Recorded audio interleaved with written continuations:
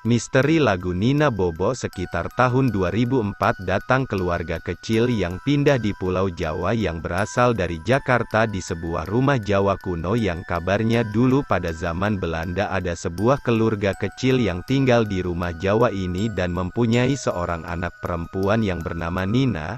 Karena demam tinggi dan tidak sempat menciptakan lagu serta menyanyikannya untuk Nina, akhirnya Nina meninggal dunia. Namun keluarga kecil dari Jakarta tidak begitu percaya pada mitos tersebut. Ketika sudah sampai di rumah Jawa tersebut, Wina 6 tahun anak dari Yoga dan Vina yang akan menempati rumah Jawa tersebut mendengar suara nyanyian Nina Bobo yang dibawakan oleh seorang wanita di dalam kamar dengan merdunya. Wina lalu menceritakan kepada ibunya yang sedang beres-beres. "Mama, Wina dengar ibu-ibu lagi nyanyi Nina Bobo di dalam kamar." "Apa Wina sayang? Jangan aneh-aneh lah, Mama nggak suka." "Beneran Ma Wina dengar." "Wina, Mama mohon jangan ngada-ngada, Mama lagi sibuk beres-beres." "Ya sudah, kamu sama Papa aja ya." Lalu Wina menghampiri papanya dengan wajah yang ketakutan. "Papa, Wina tadi dengar suara ibu-ibu nyanyi Nina Bobo di dalam kamar itu." Papa Nina menjawab dengan tertawa kecil seakan meremehkan perkataan Wina tersebut. "Wina, di rumah ini tidak ada siapa-siapa kecuali ada Papa, Mama, dan Wina. Kalau Wina tidak percaya, ayo kita ke kamar yang katanya Wina ada hantunya." Lalu Wina diajak ayahnya ke kamar yang membuat Wina ketakutan. Pas sudah di depan pintu kamar, Wina mendengar teriak-teriakan kecil, namun papanya tidak mendengarnya. Ketika Papa Wina akan membukanya, Nina berusaha untuk mencegahnya. "Papa, jangan dibuka." Ketika papanya sudah membuka pintu itu dan melihat ke dalam, tidak ada apapun yang ada, cuma ranjang, lemari dan lukisan seorang anak kecil. Lalu Papa Wina menghampiri Wina dan mengajak ke dalam serta memberitahu bahwa tidak ada apa-apa di kamar ini, dan Wina pun ditawari ayahnya untuk menempati kamar tersebut. "Wina mau kan tidur di kamar ini? Bagus loh kamarnya." "Wina nggak mau ayah, di sini ada hantunya." "Wina, Papa kan sudah bilang hantu itu tidak ada, jadi Wina nggak boleh takut lagi." "Papa ngerti kok, Wina belum terbiasa dengan rumah baru kita." "Ya sudah, Wina ikut Papa ke taman ya?" jawab Wina dengan wajah yang masih ketakutan. "Iya Papa." Saat akan meninggalkan kamar itu terdengar lagi suara nyanyian Nina Bobo oleh wanita misterius itu. Wina bingung apa yang harus ia perbuat dan harus bercerita kepada siapa bahwa rumah yang ia tinggali bersama Papa dan Mamanya itu berhantu. Handphone Mama Wina berbunyi pertanda ada yang meneleponnya saat itu. Lalu Mama Wina segera mengangkatnya saat sedang membersihkan ruang tamu yang penuh debu. "Halo, dengan siapa ya?" "Tante, ini Franz, kakaknya Kamaya." "Oh, Franz, bagaimana kabarmu dan keluarga di sana?" "Tidak baik Tante, ayah dan ibu sudah meninggal karena kecelakaan pesawat saat akan pergi ke Korea." Tante turut berduka cita Franz. "Iya Tante. Tante, Franz minta tolong untuk beberapa bulan ke depan Kamaya tinggal di rumah Tante. Soalnya Franz ada kerjaan di Korea karena klien ayah ada di sana." "Oh, iya Franz, tentu saja Tante mau. Rumah Tante selalu terbuka buat kamu dan Kamaya." "Ngomong-ngomong, alamat Tante ada di mana?" "Di Jogja, tepatnya di rumah Jawa, kamu tahu kan?" "Oh, iya Tante, makasih Tante." "Sudah dulu ya Tante, terima kasih." Saat sudah selesai terdengar ada yang jatuh di kamar yang membuat Wina takut, membuat kaget Mama Wina, namun Mama Wina berpikir mungkin itu cuma tikus. Lalu Mama Wina menemui Papa Wina dan menceritakan kabar bahwa keponakannya yang bernama Kamaya akan tinggal bersama mereka. "Papa, Mama ada kabar buat Papa." "Apa Ma? Sepertinya penting sekali." "Papa masih ingat Kamaya, keponakan Mama yang ada di Batam?" "Oh, iya Mama, Papa ingat Ma. Memang ada apa dengan Kamaya Ma?" "Kamaya mau tinggal satu rumah sama kita karena si Franz mau ke Korea mengurusi kerjaan ayahnya. Nasib mereka sungguh malang Pa, harus ditinggal oleh ayah dan ibunya untuk selamanya." Papa Wina kaget saat mendengar kabar buruk itu. berarti di sini ada yang menjaga Wina dong Ma.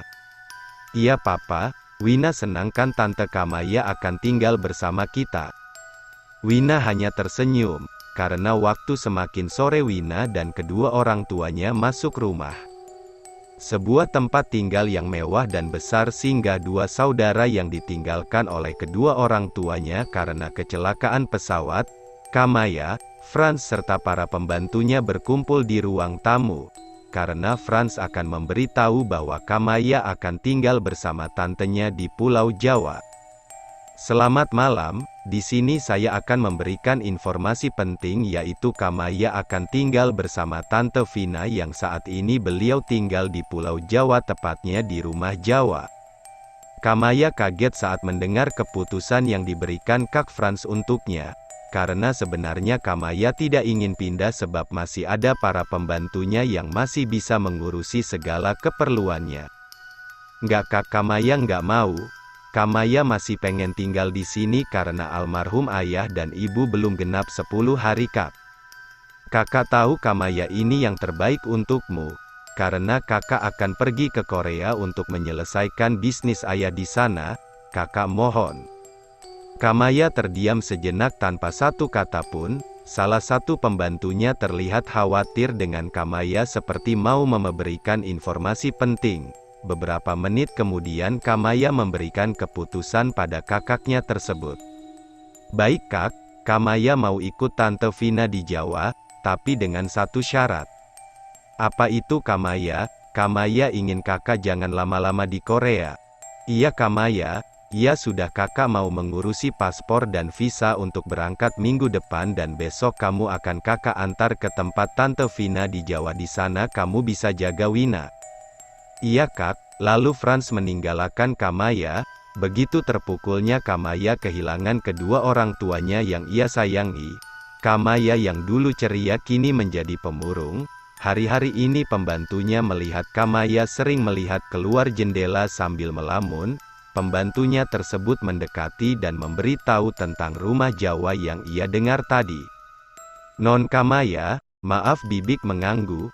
Bibik mau bercerita tentang Rumah Jawa yang diceritakan oleh Den Franz tadi supaya Non Kamaya bisa jaga diri di sana.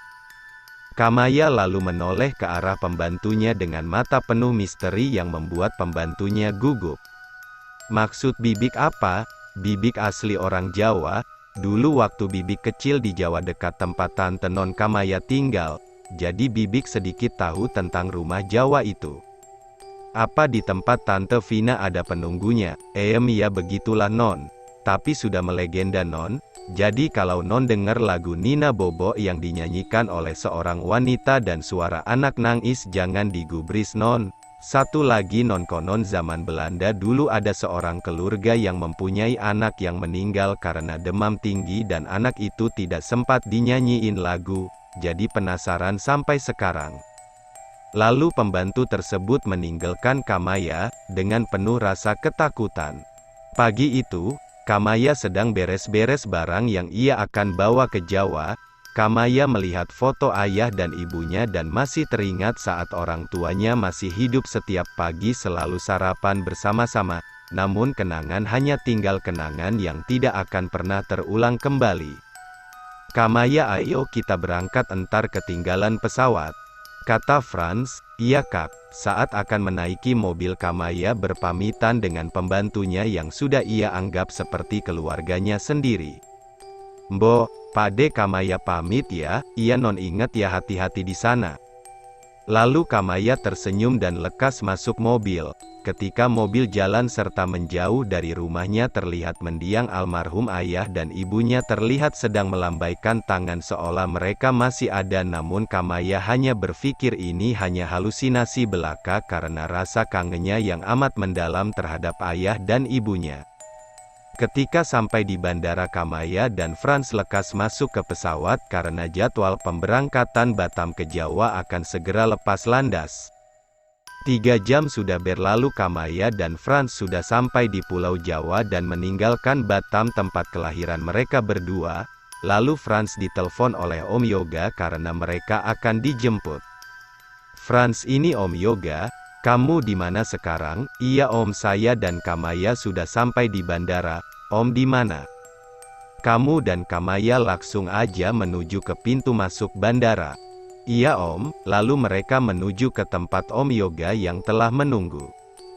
Sesampainya di depan pintu masuk bandara, ia langsung masuk mobil dan berangkat ke rumah omnya. Mereka juga sambil bercerita bahwa hidup di Jawa sungguh enak, bisa menikmati pemandangan yang indah dan masih asri. Saat itu Frans dan Om Yoga sedang asik-asiknya ngobrol. Kamaya hanya terdiam memikirkan perkataan pembantunya bahwa rumah Jawa itu ada penghuni makhluk halus. Sesampainya mereka di rumah Om Yoga, Frans dan Kamaya disambut oleh Wina dengan sukaria. Tante Kamaya, apa kabar? Baik Wina. Wina sendiri di rumah baru suka nggak? Lalu Wina membisikkan kata-kata yang membuat Kamaya kaget. Wina takut tante di rumah Wina ada suara-suara aneh. Kamaya tegang saat mendengar cerita dari Wina.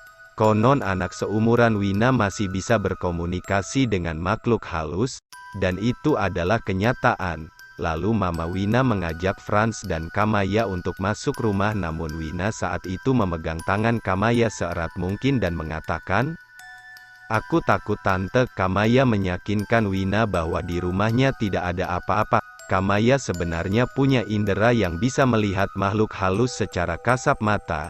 Ketika akan masuk rumah tersebut, Kamaya merasakan hawa negatif menyelimutinya, seolah ada yang tidak suka ia masuk rumah tersebut. Saat Wina dan Kamaya akan melewati kamar yang membuat Wina takut, Kamaya merasakan ada sesuatu yang memata-matainya dari belakang dan dari depan, entah itu sebuah arwah yang tak tenang. Saat sudah berkumpul dan istirahat di ruang tamu, Kamaya dan Frans minum teh hangat agar perasaan dan pikiran menjadi rileks. Lalu Tante Vina menanyakan sesuatu hal. "Kamaya, kamu yakin mau tinggal di sini?" Kamaya terdiam seolah-olah ia sedang dipermainkan. "Iya Tante, memang kenapa?" "Awas, di sini ada seorang yang menyanyi lagu Nina Bobo tiap malam dan tangisan anak kecil." Kamaya terdiam dan wajahnya pucat karena cerita dari tantenya itu. "Hahaha, takut ya Kamaya? Tenang Kamaya, di sini mana ada hantu. Itu cerita konyolnya Wina." Lalu Kamaya menjawabnya dengan serius seolah-olah ia ingin meyakinkan bahwa makhluk halus dan dunia lain itu ada dan dekat dengan kita.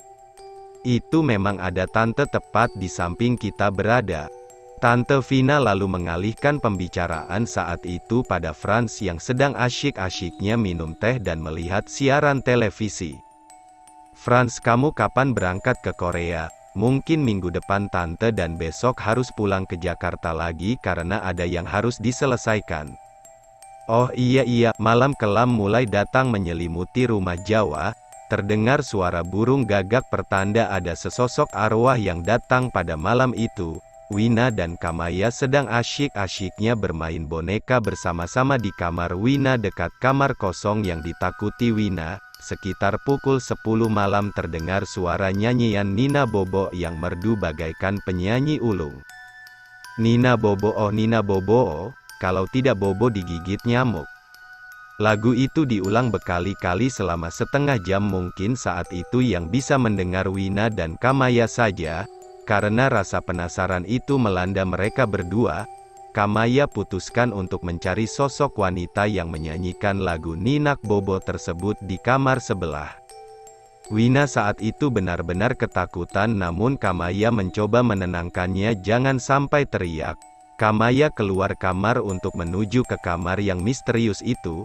Sesampainya di depan pintu, suara itu tetap tidak menghilang, malah tambah keras. Tangan Kamaya bergetar hebat saat akan membuka pintu dan, "Kaak, jangan dibuka," sahut Wina sekeras mungkin membuat semua penghuni rumah terbangun oleh suaranya. Kamaya terdiam saat Tante Vina sudah ada di sampingnya dan datanglah Om Yoga serta Kak Frans. Tanya Tante Vina pada Kamaya, "Ada apa ini Kamaya, dan kenapa kamu ada di sini?" "Maaf Tante, tadi di sini ada suara orang nyanyi lagu Nina Bobo." "Apa ada yang nyanyi Nina Bobo?" "Ah, ngaco kamu Kamaya. Lalu Tante Vina masuk ke kamarnya lagi dengan Om Yoga, sedangkan Kak Franz memberi saran untuk Kamaya.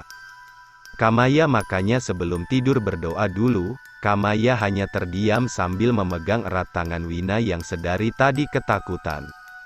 Pada suatu pagi yang mendung, semua orang rumah beraktivitas seperti biasanya, namun kakak Kamaya harus pulang ke Jakarta pagi itu. Sebenarnya berat untuk meninggalkan Kamaya di sini, namun apa daya Franz karena harus meniti masa depan yang lebih baik agar tidak menyusahkan keluarganya atau orang lain. Kamaya, Kak Franz pamit ya. Kamu jaga diri di sini, jangan malas-malasan ya. Iya Kak, tapi Kamaya juga pesan kakak harus percaya dengan cerita Kamaya bahwa di rumah ini tidak beres. Maksud kamu apa Kamaya? Oh, tidak Kak, sahut Tante Vina dan Om Yoga. Hati-hati di jalan ya Franz, kalau sudah pulang nanti kamu mampir ke sini. Iya Tante, itu pasti. Wina, Om pamit ya. Iya Om. Franz lalu berlekas masuk mobil dan meninggalkan Kamaya. Terlihat begitu sedih Kamaya saat itu, namun, demi kebaikan kakaknya dan dirinya kelak, Tante Vina mencoba memberi motivasi agar Kamaya semangat dan selalu ceria. Tenang Kamaya, kakakmu tidak apa-apa, ayo ikut Tante masak di dapur sama Wina. Iya Tante. Saat akan ke dapur harus melewati kamar yang misterius itu terdengar suara anak kecil nangis. Kamaya berhenti sejenak mendengarkan suara itu semakin didengar semakin keras, dan pada saat itu dikagetkan oleh Tante Vina. Hayo, ngapain Kamaya? Tante dengar suara tadi, suara apa? Enggak Tante, Kamaya pengen pindah kamar ke kamar kosong ini, nanti biar Kamaya yang bersihin. Wina sepertinya berusaha tidak mengizinkan karena takut hantu wanita itu akan marah pada Kamaya. Jangan Kak Kamaya, nanti hantu wanita dan anak kecil itu marah. Lalu Tante Vina mengalihkan pembicaraan lagi karena masih tak percaya dengan adanya makhluk halus. Udah apaan sih kalian debat yang gak penting? Ya sudah, Kamaya boleh menempati kamar itu. Saat Kamaya sedang beres-beres baju di kamar Wina, Wina datang menghampiri Kamaya dengan membawa serenteng bawah putih untuk Kamaya agar tak diganggu makhluk halus yang selama ini sering menampakkan diri. Kak Kamaya, aku punya sesuatu buat kakak biar nggak diganggu hantu itu lagi. Terima ya Kak, aku udah susah payah buatnya. Jawab Kamaya. Iya Wina sayang, makasih ya. Oh ya, ikut kakak yok bersih-bersih kamar. Wina, ayo Kak. Lalu mereka berdua menuju ke kamar yang misterius itu dan membukanya secara perlahan-lahan. Sungguh kotor kamar itu, sudah berapa lama kamar itu tidak dipakai hingga penuh debu membuat pengap. Kamaya lalu membuka jendela kamar agar pengapnya keluar dan timbul matahari. Begitu terlihat barang-barang yang tergeletak, ada semacam kertas kusam di atas kasur. Kamaya lalu mengambilnya dan berisikan bait lagu Nina Bobo. Kamaya berpikir bahwa yang diceritakan selama ini, ia yakin bukan kisah realnya asal mula lagu Nina Bobo ini. Kamaya yakin di balik wanita misterius dan tangisan anak kecil itu ada kaitannya dengan kertas yang berisikan bait ini. Ia langsung membereskan kamar itu hingga rapi dan bersih.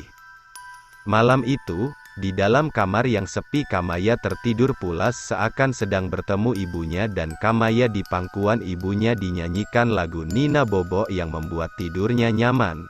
Tapi semakin lama semakin menyeramkan, suaranya membuat Kamaya terbangun. Kamaya sadar ada yang memanggil-manggil namanya. Terlihat sesosok anak kecil berada di depan lemari sambil menangis. Kamaya memanggil-manggil Wina, mungkin dikira Wina. Wina, Wina, ngapain kamu di situ? Tangisan itu makin keras, dan berbalik. Sungguh menyeramkan hingga Kamaya langsung berlari meninggalkan kamar itu. Ketika akan membuka pintu sungguh sulit hingga anak kecil itu memegang tubuh Kamaya dan Kamaya seperti sedang dalam kisah opera nyata yang tak mungkin masuk akal manusia. Cerita kebenaran yang digambarkan anak kecil itu yang bernama Nina. Beberapa dekade setelah kedatangan Cornelis de Houtman di Banten, Warga negara Belanda dari berbagai kalangan sudah memenuhi Pulau Jawa dan pulau-pulau lainnya di Indonesia. Alkisah seorang gadis belia asal Belanda bernama Nina van Meek, gadis yang berasal dari keluarga komposer musik klasik sederhana yang menetap di Nusantara untuk memulai hidup baru karena terlalu banyak saingan musisi di Belanda. Hidup Nina berjalan normal seperti orang-orang Belanda di Nusantara pada umumnya, berjalan-jalan, bersosialisasi dengan penduduk pribumi, dan mengenal budaya Nusantara. Kedengaran indah memang. Tapi semenjak kejadian aneh itu keadaan menjadi berbanding terbalik. Kejadian aneh itu terjadi pada suatu malam badai, petir gak henti-hentinya saling bersahutan. Dari dalam kamarnya Nina menjerit keras sekali, diikuti suara vas bunga yang terjatuh dan pecah. Ayah, ibu serta pembantu keluarga Nina menghambur ke kamar Nina. Pintu terkunci dari dalam, akhirnya pintu itu didobrak oleh ayah Nina, dan satu pemandangan mengerikan disaksikan oleh keluarga itu. Terlihat di ranjang tidur Nina melipat tubuhnya ke belakang persis dalam posisi kayang merayap mundur sambil menjerit-jerit dan sesekali mengumpat-ngumpat dengan bahasa Belanda. Rambutnya yang lurus pirang menjadi kusut gak keruan. Kelopak matanya menghitam pekat. Itu bukan Nina. Itu adalah jiwa orang lain di dalam tubuh Nina. Nina kerasukan. Sudah seminggu berlalu semenjak malam itu, Nina dipasung di dalam kamarnya. Tangannya diikat dengan seutas tambang. Keadaan Nina makin memburuk. Tubuhnya semakin kurus dan pucat, rambut pirang lurusnya sudah kusut gak karuan. Ibu Nina hanya bisa menangis setiap malam ketika mendengar Nina menjerit-jerit. Ayah Nina gak tahu harus berbuat apa lagi. Karena kejadian aneh seperti ini gak pernah diduganya. Karena putus asa dan gak tahan melihat keadaan anaknya, ayah Nina pulang ke Belanda sendirian meninggalkan anak dan istrinya di Nusantara. Pembantu rumahnya pun pergi meninggalkan rumah itu karena takut. Tinggallah Nina yang dipasung dan ibunya di satu rumah yang gak terurus. Kembali lagi pada satu malam badai namun aneh, saat itu terdengar Nina gak lagi menjerit-jerit seperti biasanya. Kamarnya begitu hening. Perasaan ibu Nina bercampur aduk antara bahagia dengan takut. Bahagia bila ternyata anaknya sudah sembuh, tetapi takut bila ternyata anaknya sudah meninggal.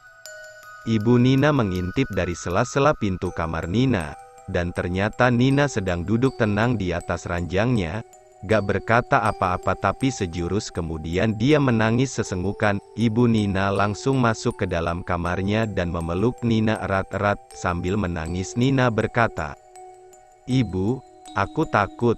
Lalu ibunya menjawab sambil menangis pula, "Gak apa nak, ibu ada di sini. Kamu gak perlu menangis lagi. Ayo kita makan, ibu tahu kamu pasti lapar." "Aku gak lapar, tetapi bolehkah aku meminta sesuatu?" "Apapun nak, apapun. Aku ngantuk. Rasanya aku akan tertidur sangat pulas. Maukah ibu nyanyikan sebuah lagu pengantar tidur untukku?" Ibu Nina terdiam, agak sedikit gak percaya dari apa yang didengar oleh anaknya. Tapi kemudian ibu Nina berkata sambil mencoba tersenyum, "Baiklah, ibu akan menyanyikan sebait lagu untukmu." Setelah sebait lagu itu Nina terlelap damai dengan kepala di pangkuan ibunya. Wajah anggunnya telah kembali. Ibu Nina menghela nafas lega. Anaknya telah tertidur pulas. Tapi Nina gak bergerak sedikit pun. Nafasnya gak terdengar. Denyut nadinya menghilang.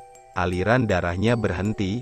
Nina telah tertidur benar-benar lelap untuk selamanya dengan sebuah lagu ciptaan ibunya sebagai pengantar kepergian dirinya setelah berjuang melawan penderitaan. Lagu tersebut sudah ada sejak nenek moyang kita. Tapi tahukah Anda di balik lagu yang cukup sederhana itu ada kisah tragis di balik ceritanya? Kelihatan memang gak ada yang ganjil dari lagu tersebut. Tapi pernahkah Anda coba bertanya pada seseorang tentang siapakah gadis bernama Nina dari lagu tersebut? Konon katanya ketika Anda menyanyikan lagu ini untuk pengantar tidur anak-anak Anda yang masih kecil, bayi, tepat ketika Anda meninggalkan kamar tempat anak Anda tertidur, Nina akan datang ke kamar anak Anda dan membuat anak Anda tetap terlelap hingga keesokan paginya dengan sebuah lagu. Ketika Kamaya sadar, ia ingat bahwa semua ini terjadi agar pandangan mitos ini bukan sekedar mitos tapi memang kenyataan. Mulai dari terciptanya lagu dan kisah-kisah tragis, sebenarnya masih banyak lagi kisah-kisah yang berhubungan dengan mitos, namun itu akan menjadi sejarah tersendiri. Dan ingat satu hal lagi, bahwa dunia lain itu ada, percaya atau tidak percaya itu kenyataan ada, tapi kita sebagai manusia harus percaya pada kuasa Tuhan. 5 bulan kemudian, semenjak kejadian yang Kamaya alami, ia sudah tidak takut lagi dengan suara anak kecil nangis dan suara nyanyian Nina Bobo dari Ibu Nina. Saat itu juga Kamaya akan meninggalkan rumah Tante Vina itu karena ia sudah dijemput kakaknya untuk ikut ke Korea. Apa yang ia alami akan menjadi pengalaman yang tak terlupakan. Saat Kamaya sedang melihat kamar yang misterius itu, ia sadar ada sebuah lukisan, entah itu wajah siapa, akan menjadi sebuah misteri. Saat akan meninggalkan kamar itu, Kamaya melihat lukisan itu menangis darah dan datanglah sebuah alunan lagu Nina Bobo. Aku pun ikut menyanyi juga sambil melihat Wina yang ketakutan lagi sambil tersenyum. Setelah Kamaya masuk mobil dan berangkat, terlihat dari kejauhan di rumah Tante dan Om Kamaya ada Nina dan Ibu Nina yang akan abadi di rumah itu.